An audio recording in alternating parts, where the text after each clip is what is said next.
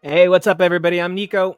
And I'm TK. And we're here to have a fight, man. Well, not with each other, because we get along so famously, but we're here to knock out. It's comic punching time. We're talking DC KO, Punisher, and Daredevil, and they're always fighting, and Kingpin sucks right now. I'm here.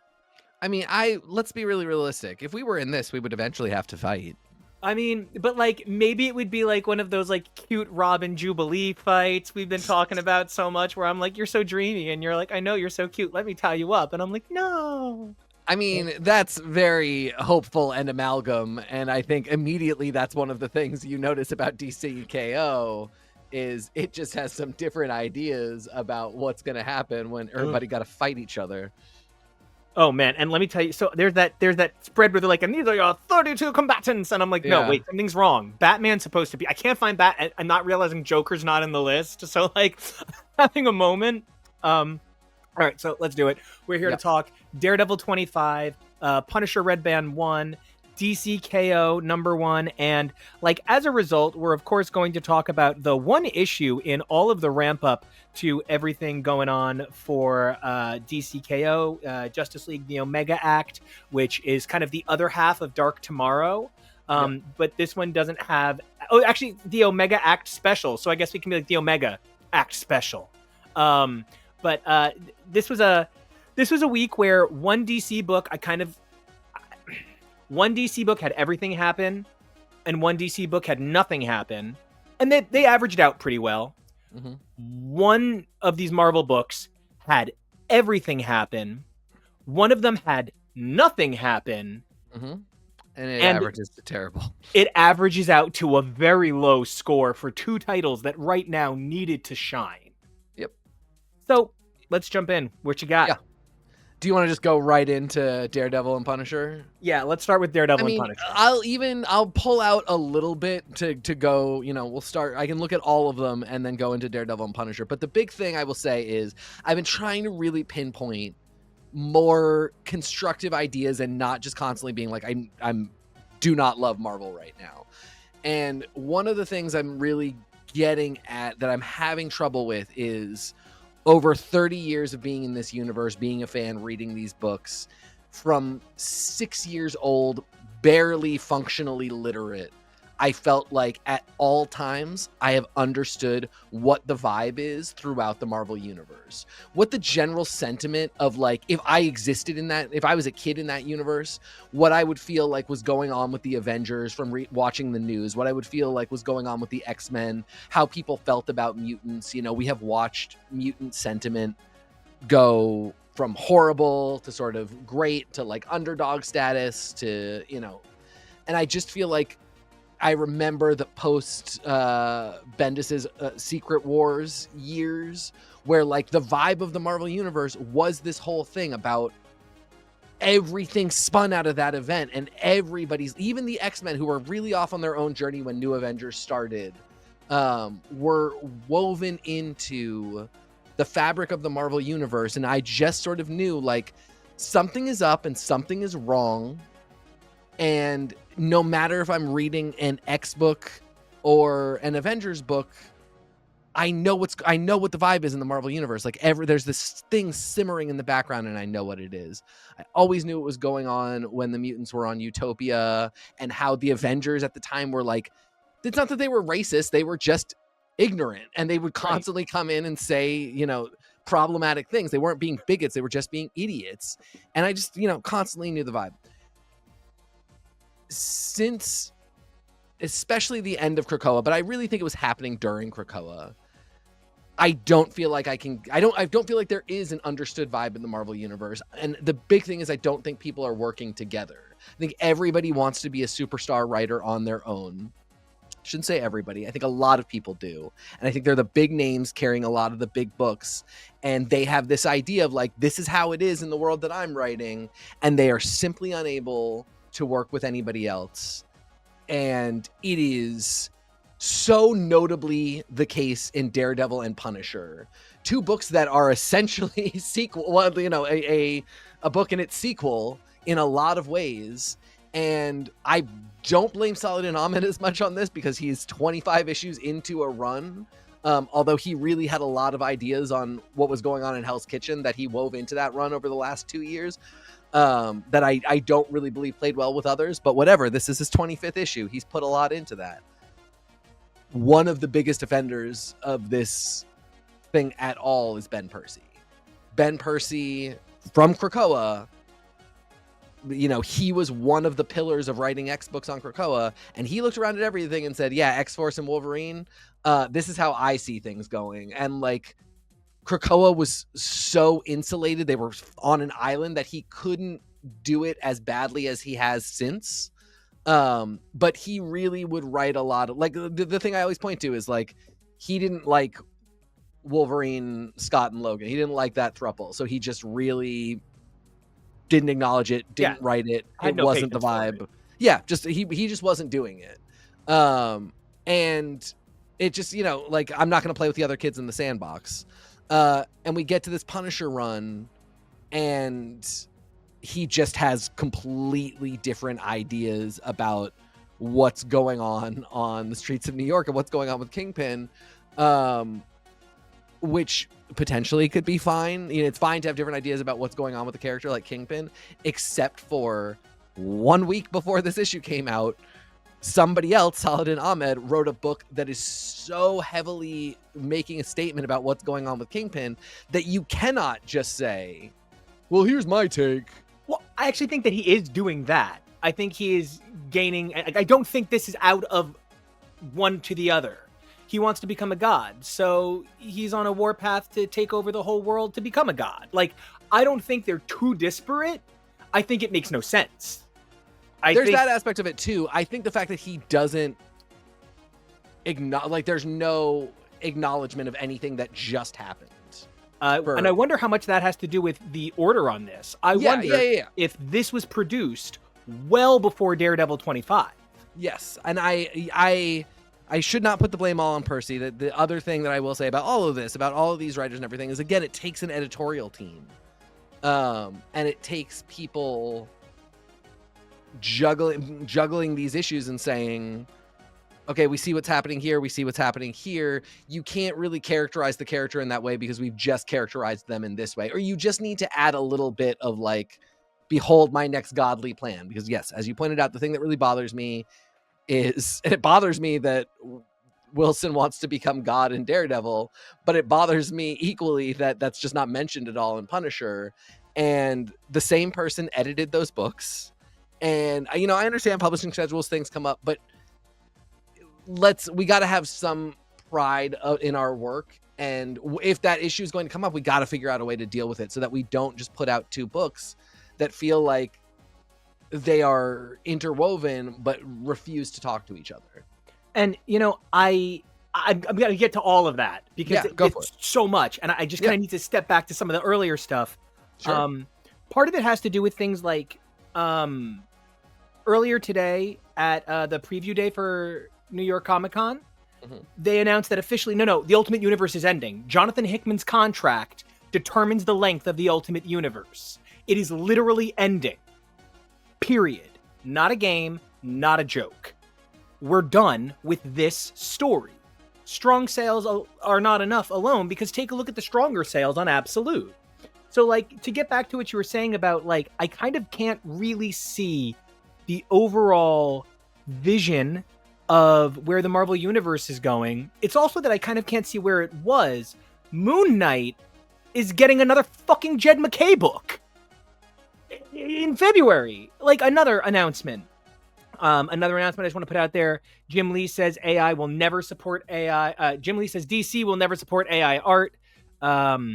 And that's, you know, that's something where I feel like the Marvel Universe is also very much in line with. But so, like, and we'll get to it a little bit with KO when we get there. I had some issues with how much KO said the word absolute without ever being direct about absolute. So that was kind of iffy for me. Yeah. But the nature of what we're doing with Kingpin and Punisher, right? Like, it's so unfortunate that Jason Aaron did a seminal, defining, legendary run on Wolverine, and then Wolverine and the X-Men. He had a Wolverine title and a Wolverine team title. And then the next person to have that, the Wolverine title and the team title, was Percy. Aaron's heart is the heart of a lover, a heart of a person torn between duty and romance, bound by a code of honor and the structure of who he is. Aaron wants to write Wolverine the way Wolverine needs to be to acknowledge his entire history. KEVO and I were having an amazing conversation in the car earlier today about how I would love to see Phoebe from season 10 meet Phoebe from season 1 of Friends, because they would both think the other one is Ursula. And it's so fascinating because the Crunchy Granola Woman was gone by 1995, but they had already created Crunchy Granola Phoebe. So they needed to do something to change her. They needed to do something to transform her. And what they said was, they've literally written a thing where she was chased by a pimp when she was 16 on her birthday through a tire yard. She needs to be messed up. She needs those scars. And it always felt like Aaron wrote all of the scars. Percy always seemed to want to pick the scars. And I understand that the scar Aaron put on Punisher for his run is in line with a scar that many people think should have never been revisited. Frank is an angel. I understand. He shouldn't have had magic. That's your interpretation. But like, Percy's abandonment of what made Wolverine so cool for an era, followed by Percy's abandonment of what made Punisher so unique for an era. I just feel like I am a big fan of Ben Percy as a writer, but he fails to capture my version of the characters at any time. And this Punisher run, for a version of Frank that is so very to the page, it lacks the heart of my Frank. And so, like, I automatically felt like the title was a little bit off. And then it's this Kingpin thing. Vincent D'Onofrio is unbelievably talented. He's undeniably talented. What's the pitch here? What's the moneymaker? Are you telling me that Kingpin and Punisher are going to be in Spider-Man? Well, I'm also now hearing that Daredevil might be in Spider-Man. Okay. Well, then we were told that by Charlie Cox. Charlie Cox said, we do something at the end of season 2 that's never been done to Daredevil before. He's been dead before, so I don't think that's it, because he's been dead, whatever. And so we can't do a season 3. That's what he said, right? And now there's a season 3. And everybody's talked about it but Charlie Cox. Interesting. Are you guys trying to convince me that Kingpin is the linchpin here? Are you trying to convince me that Kingpin is the important thing? So then why are you trying to turn him into Fat Doctor Doom? Why is he just... And like I'm specifically saying Fat Doctor Doom because for those of you who have read any of the Sienkiewicz run, he's a muscle monster. For those of you who have read the Brubaker run, he is a muscle monster. For those of you who have ever read any of the things where Kingpin knows how to fight, he's an absolute fighter. So when they're like, oh my god, he's gonna flip, he must be training. For those of you who have read the last issue of this, he fights from Daredevil. He fights that, he beats the shit out of the both of them. Oh, but I mean, even like that, they're surprised he can do that. Why? He's crushed both of your ribs before. Yes. Why are they surprised that he can fight? So that's true. It's in the dialogue. Yeah. Yeah. I think Salad and Ahmed is such an incredibly talented writer. Ben Percy is such an incredibly talented writer, right? We're talking about two megaliths of industry. But what we're talking about is that I don't think you and I, see their versions of these characters. And that's a lot to fucking read, man. That's hard. Yeah, but I don't know. Yes, I just don't know that they see them either. And I want to also throw out that this is compounded for Punisher by the worst possible fucking news cycle in the world, which is director of the FBI, Kash Patel, minting challenge coins in the shape of the Punisher logo, which just could not be a more Ben Percy. This is why I'm always a little bit side-eyeing you, because the things that you love are just a little too close to those people, and you've shown over and over again that you don't really share their values, but you show sometimes that you're maybe the neighbor with those people, that you both enjoy fishing, so you just don't talk about politics, even when you know they have done and said some horrible things. When it is now a time to be brave. And Marvel, this is not all Percy either. You're not out of the woods on this either, because you're publishing this fucking book. You're probably pushing him to do it. You're probably the one saying, this is what we're looking for. Yeah, like, this book just feels very like, I'm not courting a MAGA audience, but should they show up, I will not say anything to them to make them feel uncomfortable or unwanted. That's another really huge problem with it for me, and they do that a lot, especially with Punisher, and they get away with it.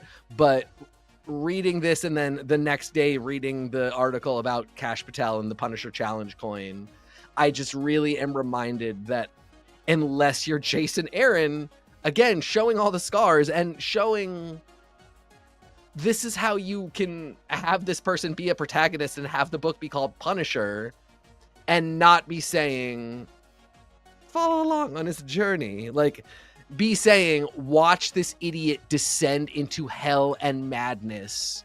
Because even though he came from something that is horrible and tragic, and tragedy deserves to follow nobody, we don't wish ill on people. What you choose to do after that are still your choices, and you deserve the consequences of them. And you are not a good person just because you've decided to in some way balance scales. It's not justice.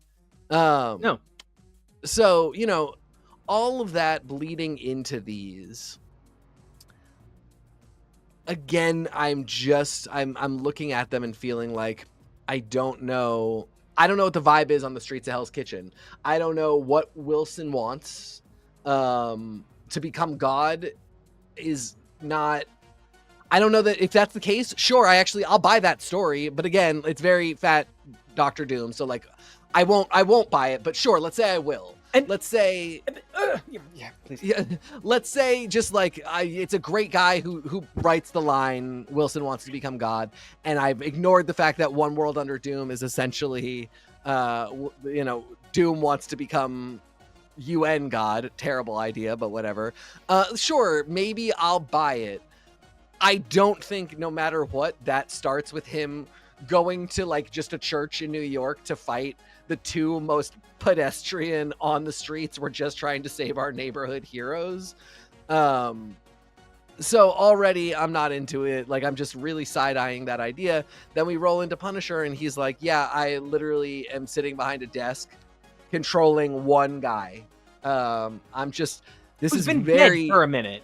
Who has been dead for a minute. We're not talking about how he came out of Weird World. We're not, and maybe we'll get to it later, but there was so much to pull from the Aaron run, from the very brief glimpse that we got of Punisher after the of Frank after the Aaron run, that to just completely reset and even do that hard reset of, I don't have my memories, but like, I know that I love to kill bad guys. What's the vibe on the streets of Hell's Kitchen? What's the vibe in the ports of New York City? I don't know. There's, I guess, a very rich man who also wants to be God. And I just, that doesn't really track to me, that somebody having a theological megalomaniacal experience is like, you know what? Shipping. Import, export. That's what's gonna get. That's God said. That's what'll get me there. And I don't think I buy that. He was just on Krakoa, where Sinister did the same fucking thing. Right. So like, actually, he just saw someone who was a literal human do this already. Yep. And like, I've been thinking a lot about. It's so dumb, and it sounds off topic, but it's not. I've been thinking a lot about sexy serial killer syndrome. And I've been thinking a lot about how Charlie Hunnam has made an entire career out of playing mostly bad guys. Yeah, Nicholas Nickleby, King Arthur, great. But the twink from Queer as Folk. He's a criminal in Rebel Moon. He is Jax fucking Teller in Sons of Anarchy. He is a criminal in Shantaram. He is Ed Gein in the Ed Gein story. He is one of the mob bosses in the upcoming adaptation of Ed Brubaker's Criminal. So like we're literally talking about a guy who 4 of his 6 biggest roles are like, I'm a serial killer. Oh, and KEVO just pointed out, Children of Men. He's a villain. And so like we get to this point where we're like, oh, look at all these beautiful, horrible people, but they're beautiful. And so like I would love it if when next issue picks up, it's that Punisher said in the moment of his activation to Judy, do you have any guns? It's because he wants to blow his own brains out. He wants to literally take out the tech piece. And the only thing I will say is like that for me wasn't like a hours later I came up with it and was like, oh shit. That for me was like, no, of course, he does surgery on himself in this issue. So if he's going to do surgery on himself, that's not crazy. And if he's just suddenly evil, that's not that interesting either. Because the other thing you wind up with, Wolverine's always fighting his berserker rage, but there's a good man in there. Sure. That's really just the Venom symbiote. There's a good man in there, but there's evil on the outside. There's a good man in Frank, but he's been made hard by war.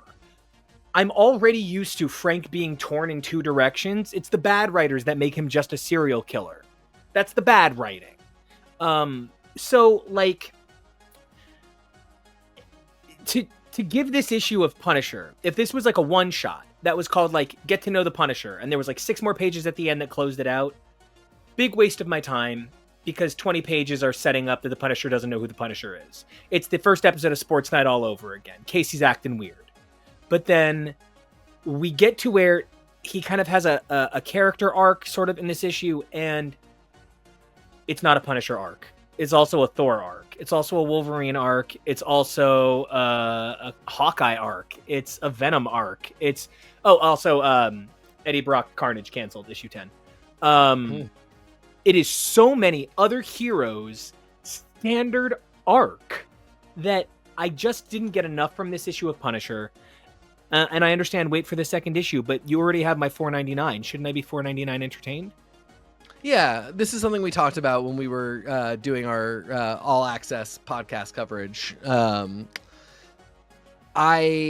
There's just so many comics lately where I am not excited to spend the money. And I part with it very like, oh, is this going to be worth it?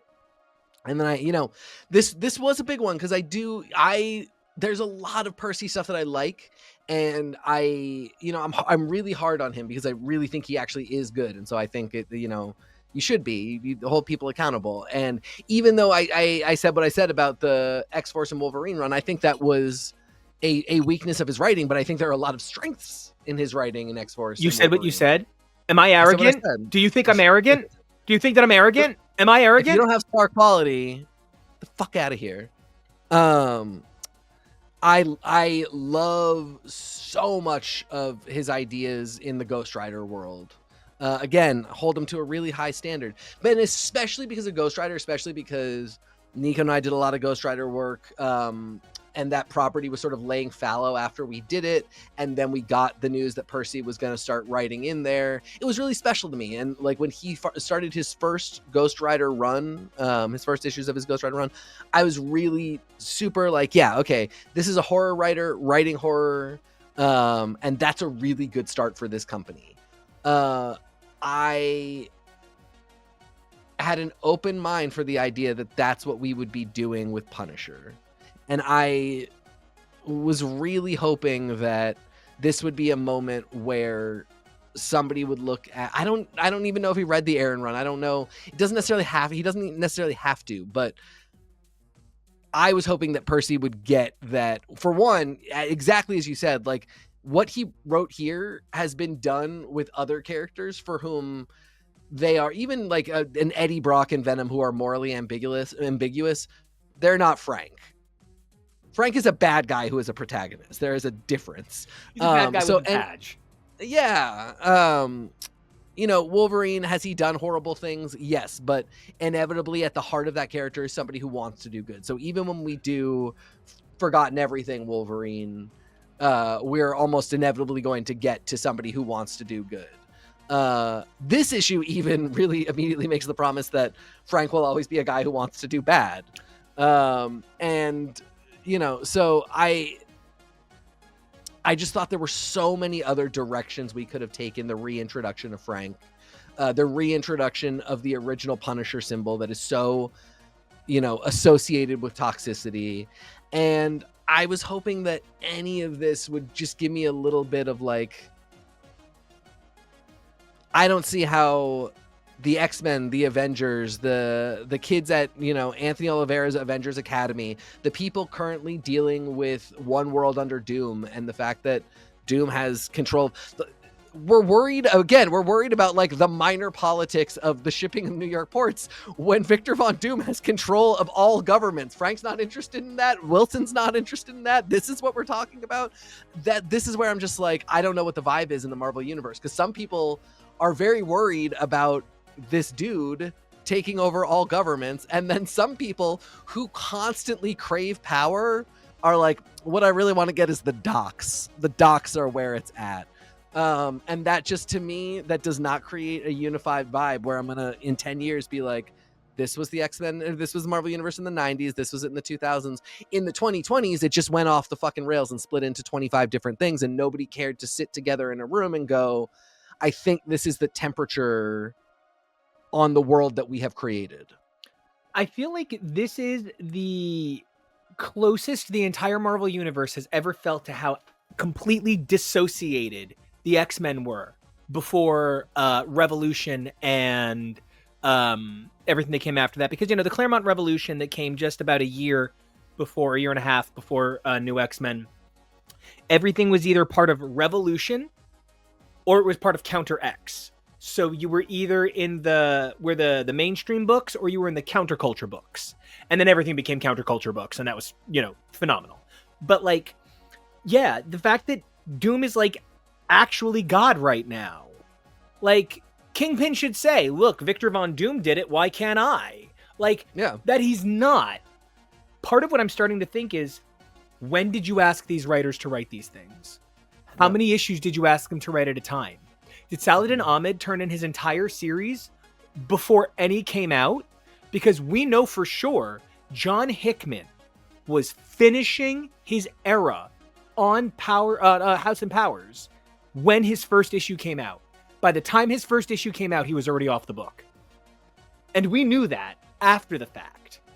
Saladin Ahmed, this run has been so self-contained, you could convince me they asked this man to write this well-intentioned run during the previous run, and that's why it sort of dodges anything significant. That previous run, that final Chip Zdarsky run, it's just like 15 issues that's unfortunately a little bit fluffy, because you really could have ended at Devil's Reign and been fine. There's also a couple. I went with this cover because I actually I was curious. I love John Romita Jr. Yeah. It's a bad cover.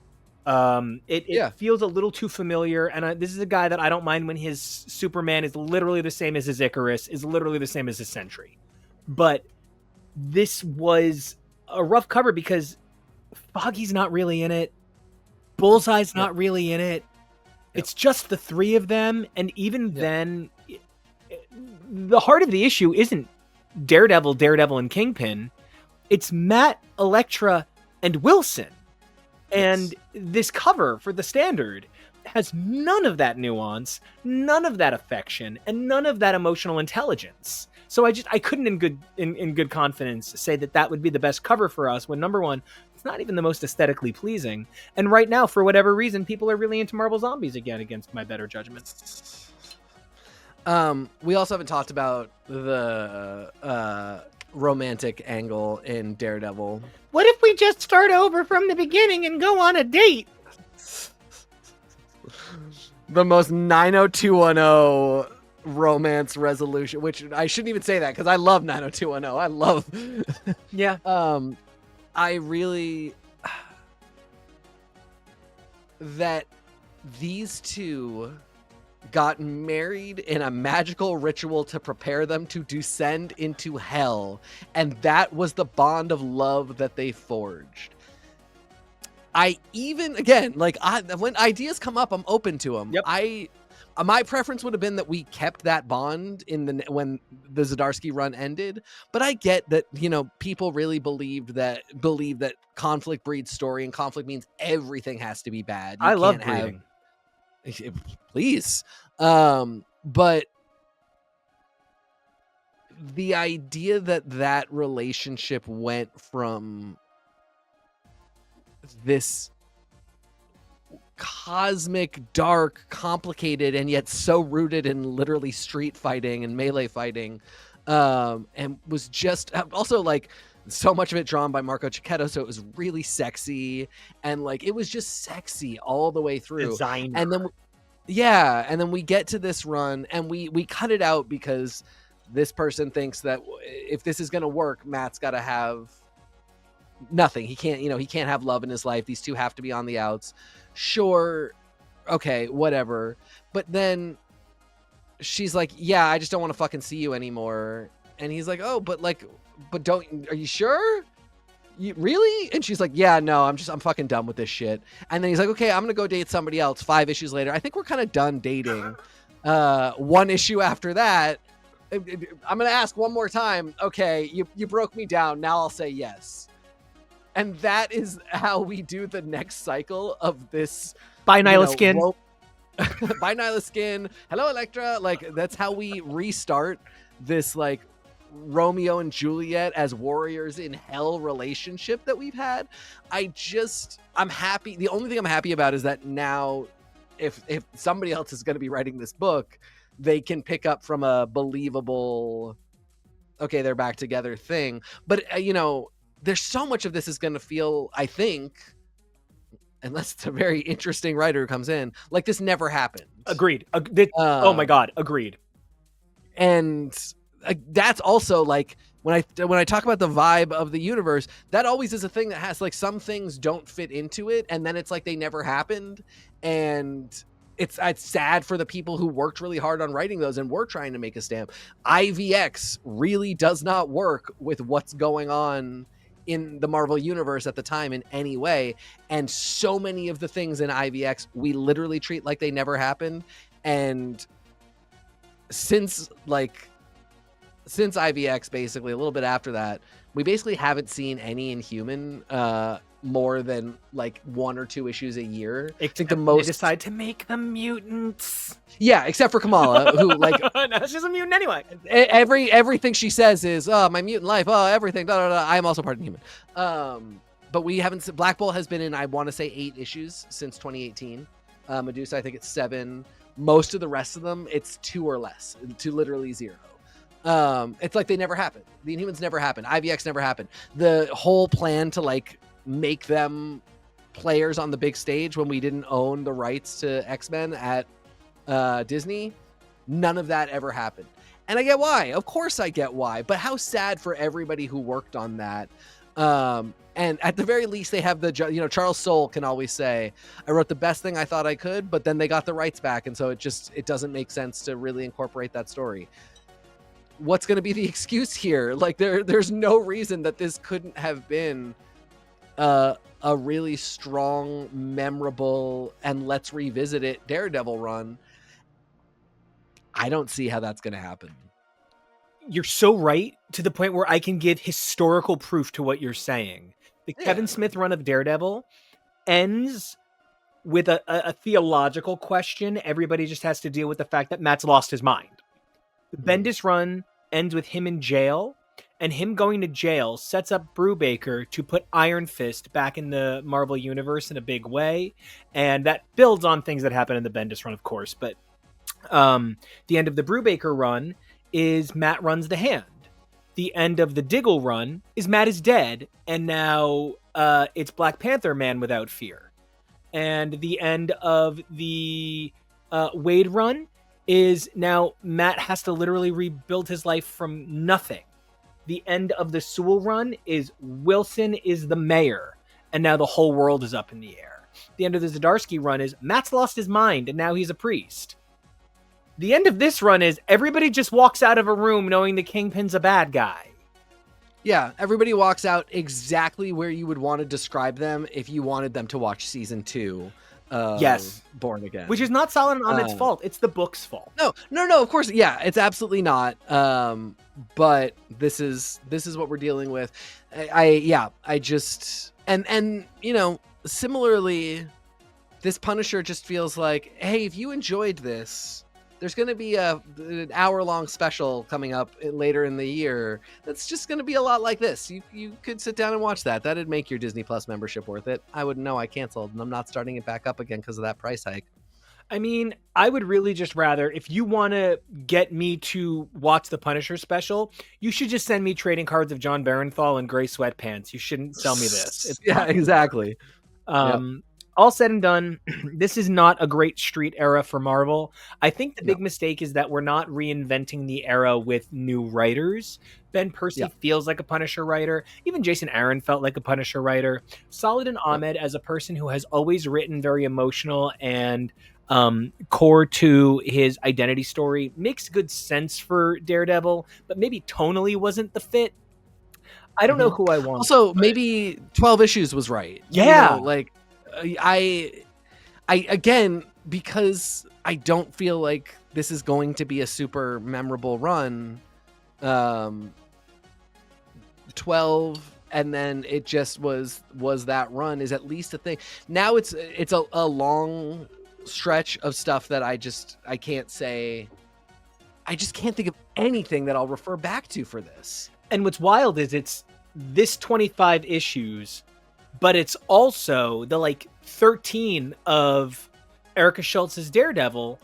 That ties in.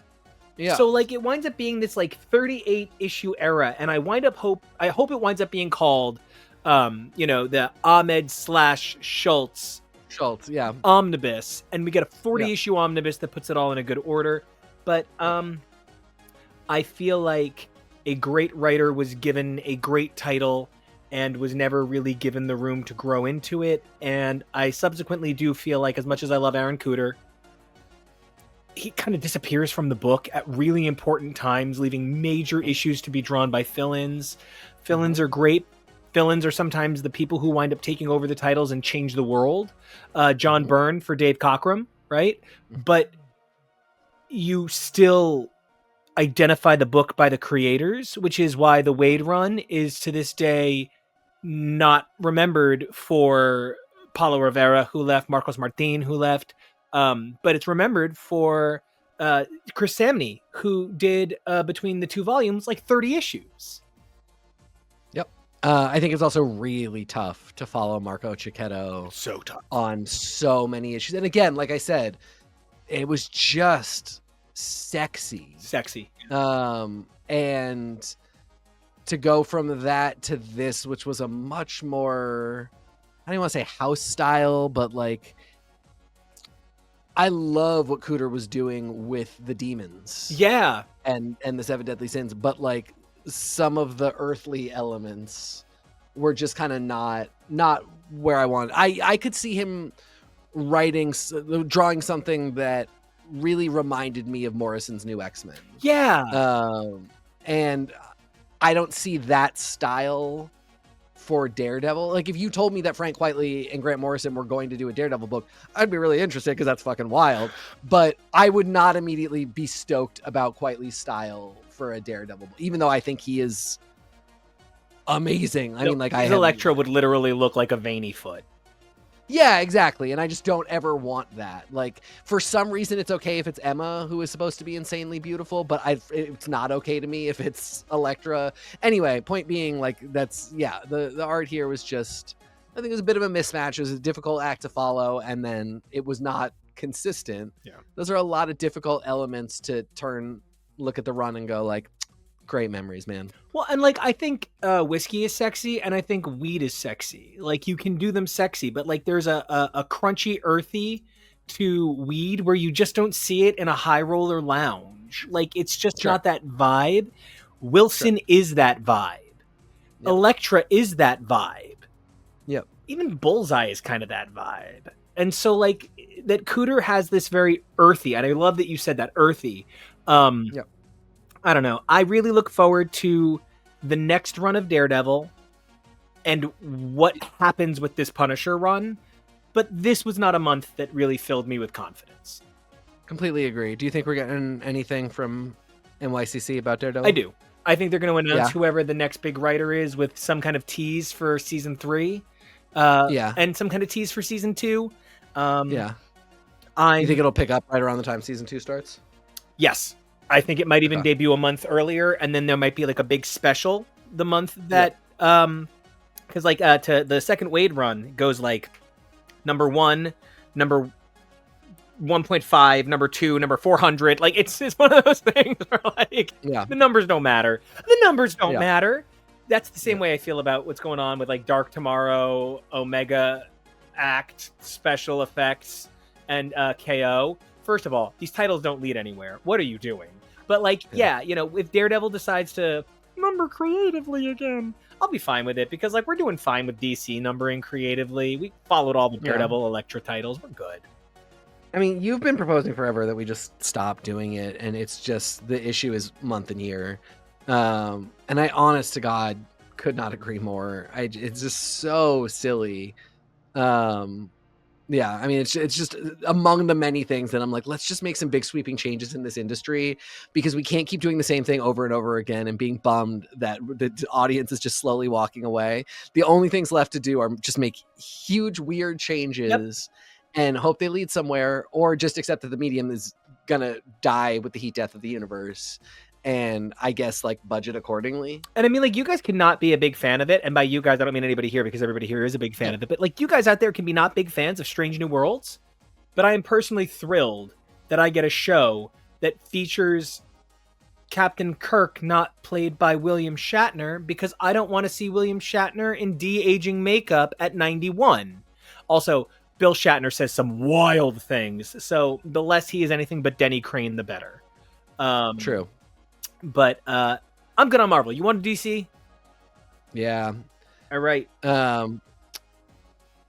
By contrast, and this is part of why I sort of came up with this grand theory, I really feel like I never have any idea what's going on in DC. It's so fucking complicated. There are too many words in these books. I'm so confused. But I do think since we have started including DC in our rotation, and I think you onboarded me so well just starting with Green Lantern. But when I reflect on that, when I reflect on just starting with Green Lantern and not reading Batman at the time, not reading Superman at the time, slowly building those things in, I still look at those early months with Green Lantern and feel like I was already getting a bit of what the DC Universe's vibe at the time was. And I feel like as we have built, it has felt cohesive, and I have really felt like I know what the vibe is at DC. I love that. And I just like, even now, this is all weird. This is a lot. I really feel like I know the vibe, and I give them even more credit because while the absolute stuff is clunky writing, they are even saying like, this is the absolute universe is also part of the vibe. It's also part of all of the things that are going on here.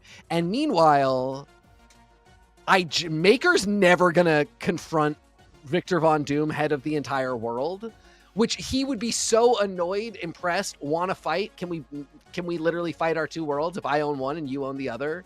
Maker would be obsessed with the idea that Doom took over the world. And I get it, we don't have to do that story, whatever, but I'm just saying like that will never come up at all. It would be so wild if Maker somehow found a way to make himself a force of energy that Doom summoned to use his powers and secretly had been controlling Doom this whole time. Yeah, I love that. Never gonna get an idea like that. Nope. And also that's fine because the Ultimate Universe rarely contributed to the Marvel Universe's vibe at the time when I felt like I knew what that was. Whatever, that's not a huge deal. I'm saying DC gets extra points because they figured it out. So anyway, that's what I was coming into reading this, really thinking about the fact that like, I don't understand a ton of what's happening here. I still am so lacking in lore and background information and decades of reading that I just haven't done. And yet I absolutely feel like I know what the temperature is in the DC universe at this time. And it's on a weird scale having to do with alpha and omega energies. I think what's really interesting about it is like I kind of hated Omega Act special effects. Sure. I thought This is the one where nothing happened. Yeah, nothing happened. Yep. It was a lot of explaining things that like you probably could have taken all of that information and made KO and Dark Tomorrow 10 pages longer each, and I would have been really happy. But it's not the fault of an issue that a story is so big and getting broken up so many ways that there has to be a moment to tell all of it. They did the best they could to make an interesting issue that led us into KO. But the mistake I personally think everyone makes is this creative team is too fucking talented to have anyone even remotely put in the same category. Not to be such a fucking fanboy, but Scott Snyder, Javi Fernandez, and Germanico Alejandro Sanchez made the physical book of the year. Visually, this could be Ramadan. Visually, the font work is Todd Klein. The atmosphere and the color work is unparalleled. The nature of the engine was a little bit Concordance engine from Fractions Defenders, a little bit the voice of the Eternals from the Gillen run, a little bit the understanding of like Phoenix God universe. This issue, and I don't believe the rest of the series can measure up, unfortunately. I think that the series will wind up a good B because there are going to be some C pluses in there. This was an A, easily an A event issue, and you just don't get a lot of those.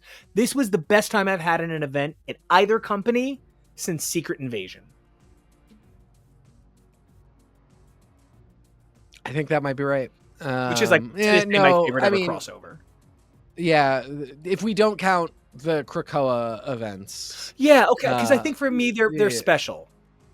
Yeah, and I was gonna say like I kind of don't if we're I kind of don't count them. Line versus company. Yeah, and they're so contained. Yeah, I mean, yes, everything you're saying really true. The other thing I was really wondering about is like, again, I'm just like, everybody sit in a room together. History of the DC universe, I've been loving and is so like important to me. Again, the person who's saying over and over again, like, I don't have the lore, so I'm sitting down with guidebooks is super fun and I love it. Sort of felt like it may be a history of the DC universe, Omega and Alpha, like some kind of offshoot issue that explained everything here. Because this is a lot of text. And I also feel like the new 52 in this. Yeah. I really feel like these two companies copy each other so shamelessly. I've said this before so many times. Just do the data pages, guys. It's okay. It doesn't matter that Jonathan Hickman invented them. You probably find somebody who do them better. No, I mean, Gaiman did them in Sandman and like just told stories. Yeah, and like absolutely. Peter Gross did it. And like, DC's got pages. I mean, I'm sure Marvel's got them from like, I'm sure Martin Goodman did them in 1939. Everybody just breaks. Sure. Nobody invented them. Nobody has a trademark on them. I invented. But guys, just do them. Yes, exactly. And you'll give that trademark away for free because you're so magnanimous. I don't want to sit there and read Ozempic, Doomsday, fucking what's his name? Doomsday. Yeah, Ozempic Doomsday, explaining so much stuff about like the mechanics of the universe. Well, because he's like time turner here now, or time. He's the page master. He's snatched as fuck. He's the page master. He's Macaulay Culkin. Yes, played by Callista Flockhart. He is so snatched. His waist is. Yeah, that's a 16-inch waist.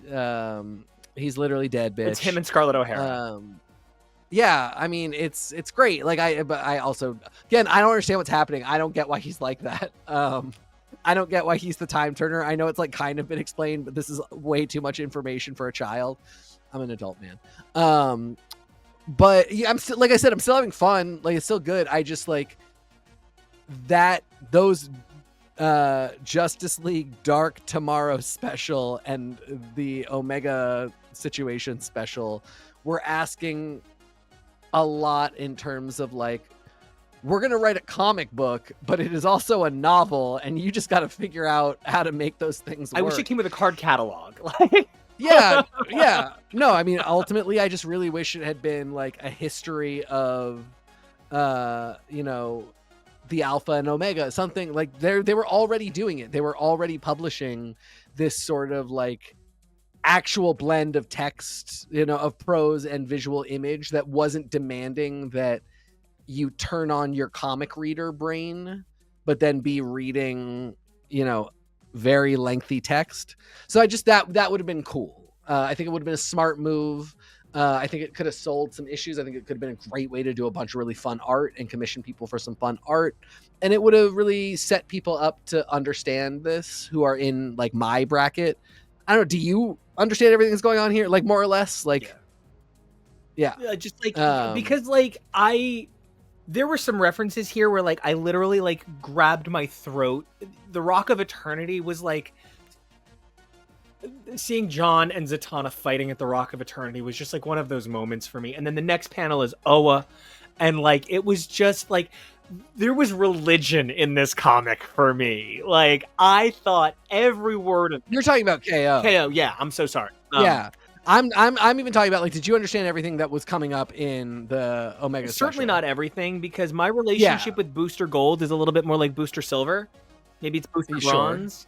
My relationship with Doomsday is no. So like these are two characters that I have a really healthy wiki relationship with. I'm so sorry. Let's be era appropriate. DC fandom relationship with, and I feel really confident on it. The thing that I thought was so cool was they were sort of like, what if we just barrage you? What if it's literally nonstop? So you can't catch your breath. So you understand breathing isn't the thing here. Just surviving is. Which is why my DC moment of the year, like there is no character at DC. There might be no character in the world. Period. And I read a lot of his work. There may be no character in the world that Scott Snyder writes better than Batman. And he killed him right away and left his two most violent sons, the two sons who will want revenge, the two sons who will fight for what it takes to survive. Not Dick, who'll find a way out of it and be everybody's best friend and look at his butt. And no, and not, look, I love him. But Tim is not who I would turn to in a crisis. He's who I'd turn to in a McDonald's parking lot. So I thought the most delicious part of this was that it literally said, no, the whole universe is Darkseid. Stop. Which we've been saying forever. It said the whole point of this is they've lost already. And it's 7 days earlier. Oh, that's so good. I don't love a time turner moment, but I do love a Days of Future Past moment. And this is like a Days of Week Ago Past. And I can fuck with that. I can fuck with that so hard. And I can fuck with this King Omega shit. Stupid. It's fine. I'm stupid and I'm King Omega. So it's great. This was like when people say to me, do you really like think that somebody can give you that much canon in one little burst and it would still work like it worked when Claremont did it? Yes, I really do. I think this is the event book of the year, and you can literally listen back to like 100 issues this year where I have not called anything the event book of the year, and we're closing in on the end of the year. Yeah. Oh, it's absolutely the event book of the year. I think it's the event book of the last 3 at least. Oh, yeah.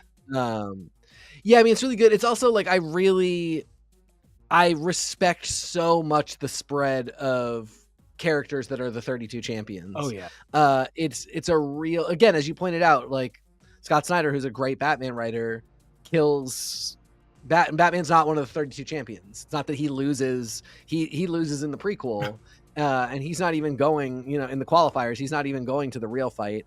But you know, Damian and Jason are not the biggest names under Batman. I mean, I think Dick would be the next biggest name under Batman. Tim is after that. Yeah. And you know, similarly we get, that's Batwoman. who I think is she's maybe a little visually recognizable because of the red and some great covers, but I think you would say Batgirl. Yeah. Just by name alone, it's just and like, who even knows she's gay? Yeah. The people with power rings that we get are not the standard.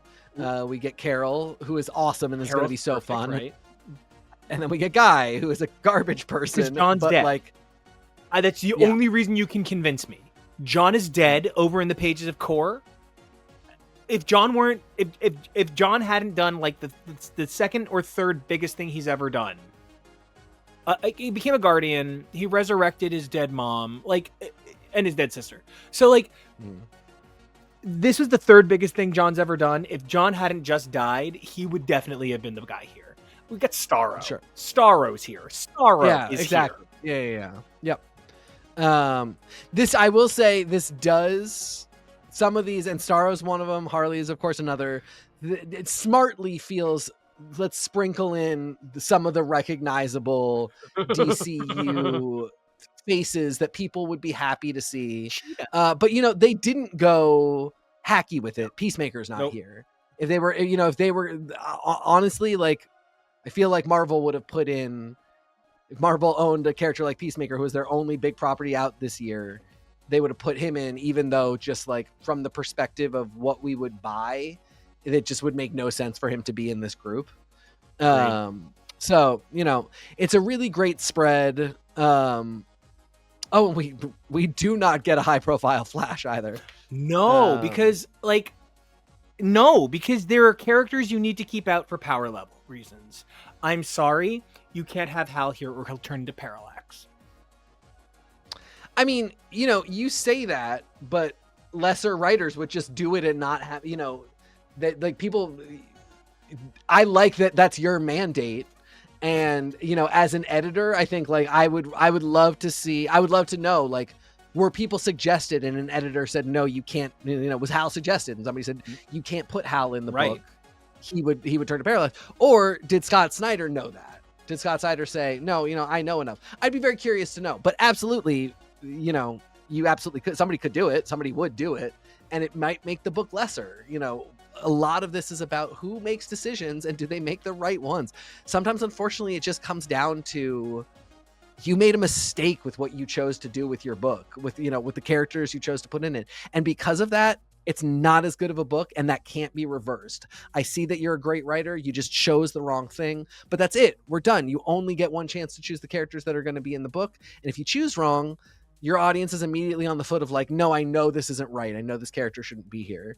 And so good on editorial, good on Scott Snyder for making fantastic choices about who they chose to be in this for a lot of different reasons, because it just, sometimes it's, that's what excellence is. It's just making the right choices. And it sucks when you don't, and you still are capable of excellence, but you just failed to do it here. I think they really hit excellence here. I even think Ahmed hit excellence for Daredevil. I feel like Percy has the potential for excellence for Punisher, but neither issue nor ultimately the Daredevil series delivered. KO delivered excellence in 41 pages, but it has a heavy burden to carry. And I'm going to say it's my book of the week. It's probably my book of the month, but I'm really excited about where this will take us and where Marvel is hoping to go after they finish clearing out all of these temporary events. Yeah, I mean, we're close to NYCC. We're going to get a lot of announcements, and then we're just sort of riding a wave through midwinter to spring of things like Age of Revelation, finishing up One World Under Doom, rolling out this Avengers run, and we'll see where we are. Maybe we're about to head into a really great era. I believe we are. And until we come back to be in that really great era, TK, you are just thebomb.com. And I really look forward to the Bomb Squad coming and defusing you so that we can end this episode for a little while. But if everybody wants to go see you explode, where can they find you? You can find me on the socials at TK Accidental. Where can they find you? Nico Action, NICO ACTION, Nico Action Music, NICO NICOACTIONMUSIC. I know my own name. The show, X is for show, X is for comics, X is for podcast. We got lots of snapping and lots of X's. Do us a favor, like, comment, and subscribe. We love you. We think you're amazing. Leave us reviews on stuff like Spotify, really good ones, right? But more than anything, we want you guys to do 3 things for yourselves, right? Number 1, please stay safe. Number 2, please be brave. And number 3, evolve daily, because who you were yesterday, incredible. Who you are today, terrific. But it's who you are tomorrow that's the real DCKO knockout number 1. And so until you come out to knock us out, we'll see you.